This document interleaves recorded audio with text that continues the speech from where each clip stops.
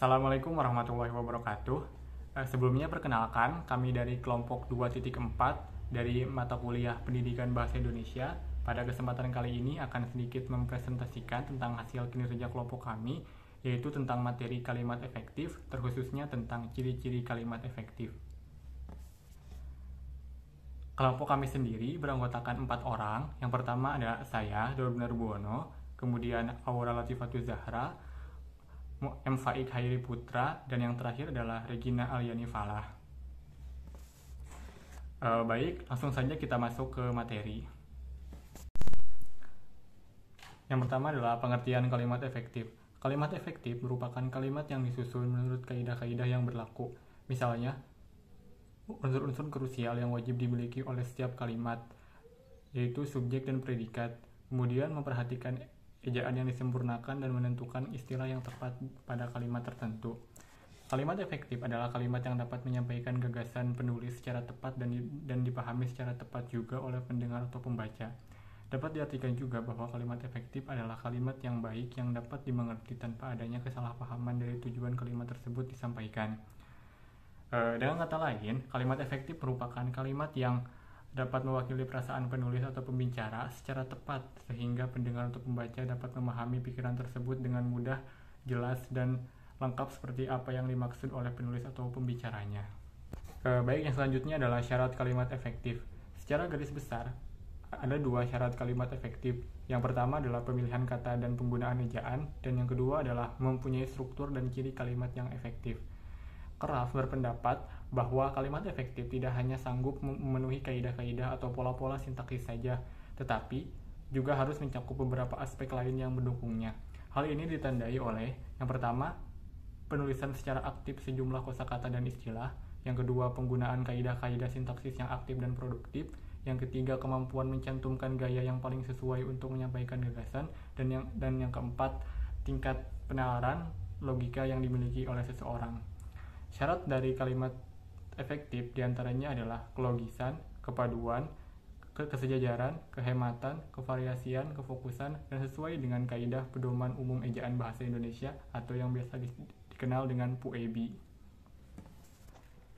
Lanjut, di sini ada unsur-unsur kalimat efektif yang terdiri dari subjek, predikat, objek, pelengkap, dan keterangan. Baik, kita masuk ke yang pertama, yaitu subjek.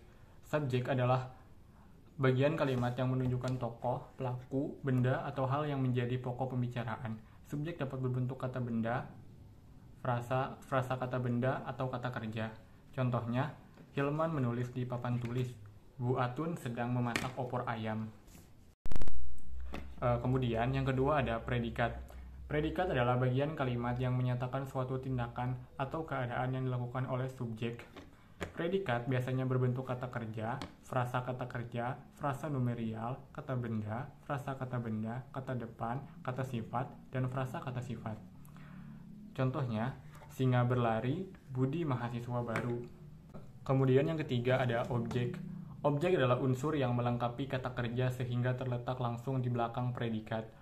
Objek sendiri dapat berupa kata benda atau frasa kata benda. Contohnya, paman makan semangka, ibu berbelanja telur di warung. Pelengkap. Pelengkap atau komplement merupakan bagian kalimat yang melengkapi predikat. Pelengkap umumnya terletak di belakang predikat yang berupa verba. Posisi seperti itu juga ditempati oleh objek, dan jenis kata yang mengisi pelengkap dan objek juga sama, yaitu dapat berupa nomina, frasa nomina, atau klausa. Namun, di antara pelengkap dan objek terdapat perbedaan. Contohnya pada kalimat A, Ketua MPR membacakan Pancasila. Ketua MPR di sini sebagai subjek, membacakan sebagai predikat, dan Pancasila sebagai objek. Kemudian pada kalimat B, banyak orpospol berlandaskan Pancasila. Banyak orpospol berperan sebagai subjek, berlandaskan sebagai predikat, dan Pancasila sebagai pelengkap. Berikut adalah beberapa contoh pelengkap dalam kalimat. Yang pertama, Baskara membacakan pengagumnya puisi kontemporer. Kemudian, Alia mengirimi neneknya baju kebaya. Keterangan. Keterangan adalah unsur kalimat yang memberikan informasi lebih lanjut tentang makna, subjek, atau predikat. Keterangan dibagi menjadi 4. yaitu keterangan waktu, keterangan tempat, keterangan suasana, dan keterangan cara. Yang pertama, keterangan tempat. Keterangan tempat merupakan kata yang menerangkan tempat terjadinya suatu peristiwa atau kegiatan tertentu. Contoh kalimatnya ialah, ibu tidur di ruang tamu. Contoh kalimat yang kedua, ayah membaca koran di kebun. Contoh kalimat yang ketiga, Reza bermain bola di stadion. Selanjutnya, keterangan waktu. Keterangan waktu merupakan kata yang menerangkan waktu terjadinya peristiwa atau kegiatan yang dilakukan oleh subjek. Contoh kalimatnya, Anggi berangkat menonton pertandingan sepak bola di stadion tadi pagi. Contoh kalimat yang kedua, 1 bulan yang lalu Ahmad mengunjungi kebun binatang. Contoh kalimat yang ketiga, sebelum memulai aktivitas, kita harus berdoa terlebih dahulu. Keterangan yang ketiga, yaitu keterangan suasana. Keterangan suasana merupakan kata yang menerangkan suasana atau situasi dari suatu perbuatan. Contohnya, suasana siang itu sangat panas. Contoh yang kedua, kami melihat pemandangan yang sangat indah. Selanjutnya, keterangan yang keempat, yaitu keterangan cara. Keterangan cara merupakan kata keterangan yang menjelaskan cara pada suatu aktivitas atau kegiatan. Kata keterangan cara biasanya diikuti kata dengan atau secara. Contoh kalimatnya adalah 1. Pelari itu berlari dengan sangat kencang. Yang kedua, demonstrasi penolakan kenaikan harga minyak berlangsung secara damai. Contoh kalimat yang ketiga, Iqbal menyeberang jalan dengan hati-hati. Selanjutnya, ciri-ciri kalimat efektif. Kelogisan. Kelogisan adalah suatu gagasan atau ide yang dapat diterima oleh akal.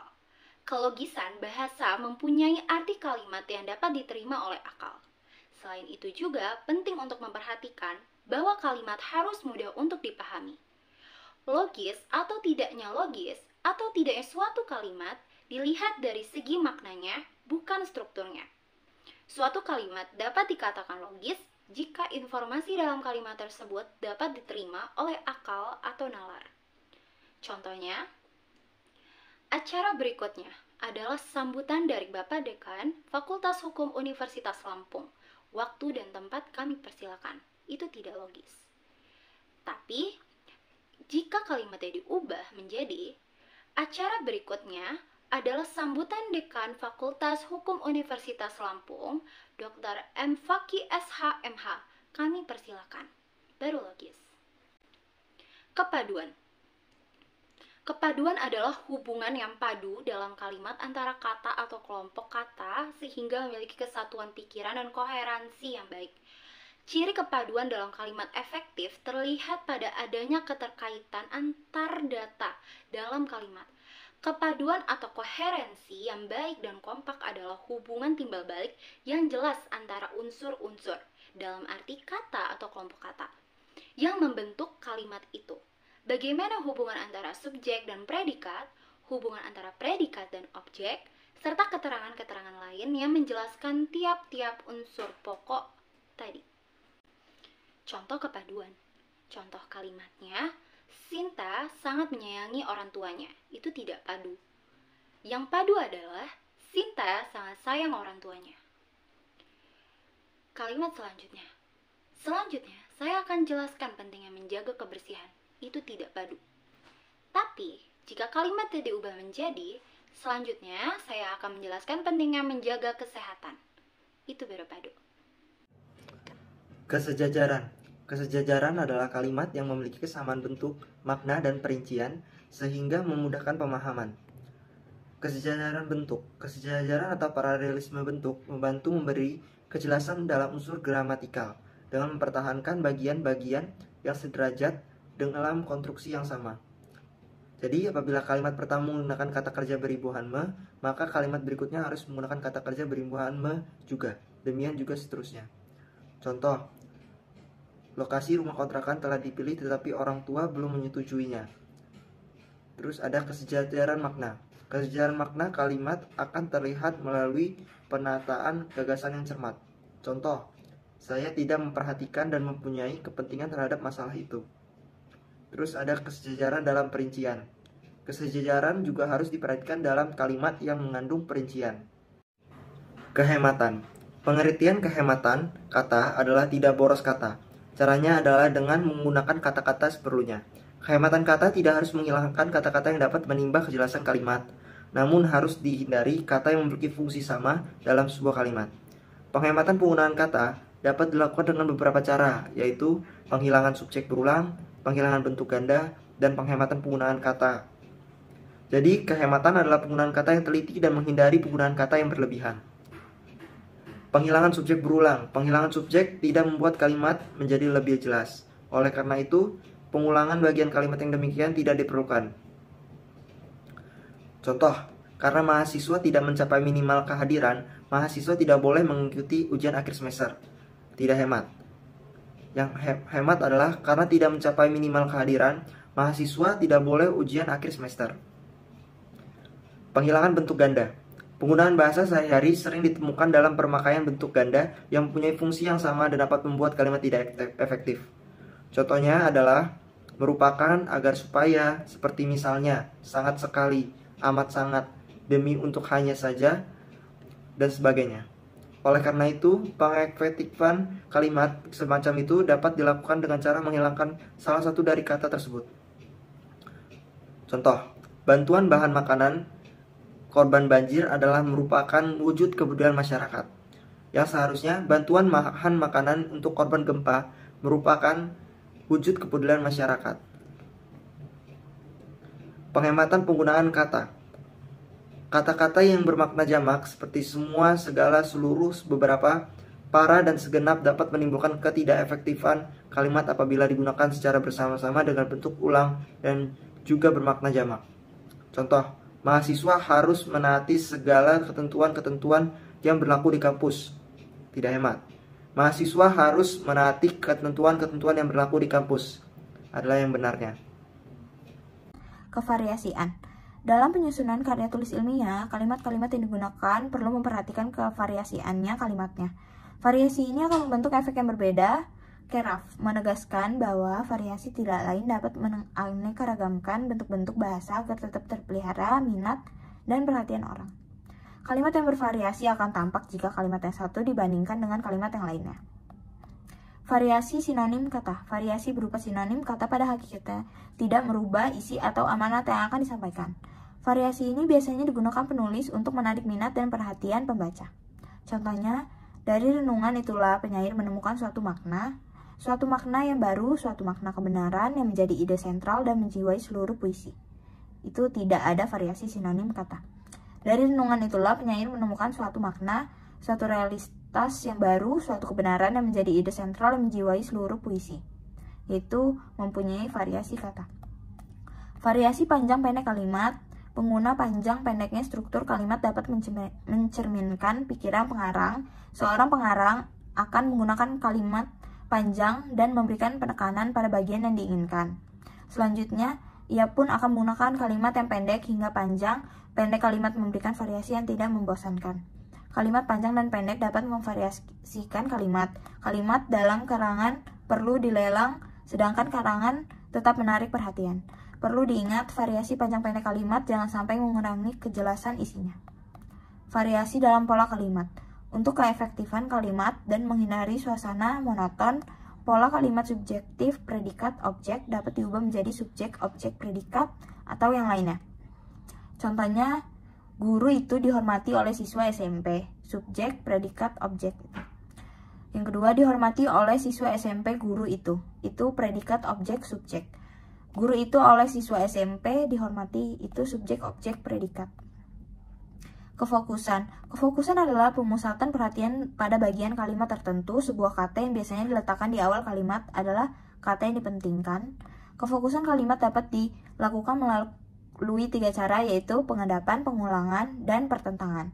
Pengendapanan kalimat dapat dilakukan dengan meletakkan bagian yang difokuskan atau ditonjolkan pada awal kalimat. Unsur yang ditonjolkan dapat berupa subjek, predikat, ataupun keterangan. Contohnya, seharusnya Timor Leste tidak memisahkan diri dari Indonesia.